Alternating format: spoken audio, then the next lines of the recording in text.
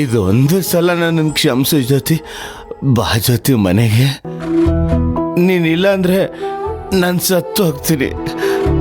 ಹೋಗ್ ಸಾಯಿ.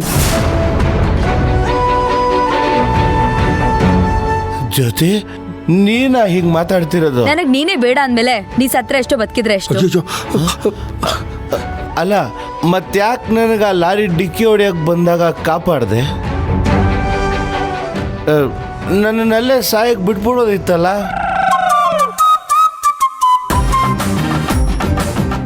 ನಾನೇನ್ ರಾಕ್ಷಸಿ ಅಲ್ಲ, ಅದಕ್ಕೆ ಕಾಪಾಡ್ದೆ. ಓ, ಹಾಗಾದ್ರೆ ನನ್ನ ಜೀವನದಲ್ಲೂ ಒಂದು ದೊಡ್ಡ ಅಪಘಾತ ಆಗಿದೆ. ಕೈ ಹಿಡ್ದು ಕಾಪಾಡೋ ಜ್ಯೋತಿ. ನನಗ್ ತಲೆ ಕೆಟ್ರೆ ಚಾಕು ತಗೊಂಬಂದ್ ಚುಚ್ಚು ಬಿಡ್ತೀನಿ ಅಷ್ಟೇ. ಇವಾಗ ಚುಚ್ಬಿಡು ಜ್ಯೋತಿ. ನಾನು ಚುಚ್ಬಿಡು ಜ್ಯೋತಿ. ಏಯ್, ಗಂಡ ಹೆಂಡತಿ ಮಧ್ಯೆ ನಿಂದೇನೋ, ಸುಮ್ಮನೆ ಇರೋ. ಸರಿ ಕಣಪ್ಪ, ನೀ ಮಾತಾಡು. ಜ್ಯೋತಿ, ನೀನೇ ನಿನ್ನ ಕೈಯಾರ ನನ್ನ ಚುಚ್ಬಿಡು ಜ್ಯೋತಿ. ನನಗೆ ಬದುಕಬೇಕು ಅಂತ ಆಸೆನೇ ಇಲ್ಲ. ನನಗಿರೋದು ಒಂದೇ ಒಂದು ಆಸೆ, ಬದುಕಿದ್ರೆ ನಿನ್ನ ಜೊತೆನೆ ಬದುಕಬೇಕು. ಇಂಥ ಡೋಂಗಿ ಮಾತ್ಗೆಲ್ಲ ನನ್ ಮನ್ಸ್ ಕರ್ಗಲ್ಲ.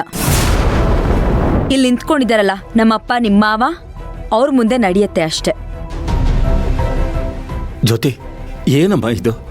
ಪಾಪ ನೀನೇ ಬೇಕು ಅಂತ ಬಯಸಿ ಬಂದಿದ್ದಾನೆ, ಈಗ ನೀನೇ ಹೋಗು ಅಂತಿದ್ಯಲ್ಲಮ್ಮ. ಇದು ನಿನಗೆ ಸರಿ ಅನಿಸ್ತಾ ಇದೀಯಾ?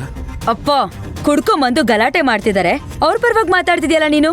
ನೀನ್ ಮಾತಾಡ್ತಾರ ಸರಿನಾ? ನಾನು ಮಾತಾಡ್ತಿರೋದು ಸರಿಯಾಗೇ ಇದೆ. ನಿನ್ನಂತ ಮಗಳನ್ನ ಹೆತ್ತಿದ್ದಕ್ಕೆ ಬೀದಿಲಿ ನಿಂತ್ಕೊಂಡು ಎಲ್ಲರ ಮುಂದೆ ಮಾನ ಕಳ್ಕೊಳ್ಳೋ ಪರಿಸ್ಥಿತಿ ಬಂದಿದೆ ನನಗೆ. ಸಾಕ್ ಸುಮ್ನಿರ್ರಿ. ಮಾನ ಹೋಗ್ತಿರೋದು ನನ್ನ ಮಗಳಿಂದ ಅಲ್ಲ, ನಿಮ್ ಅಳಿಯನಿಂದ.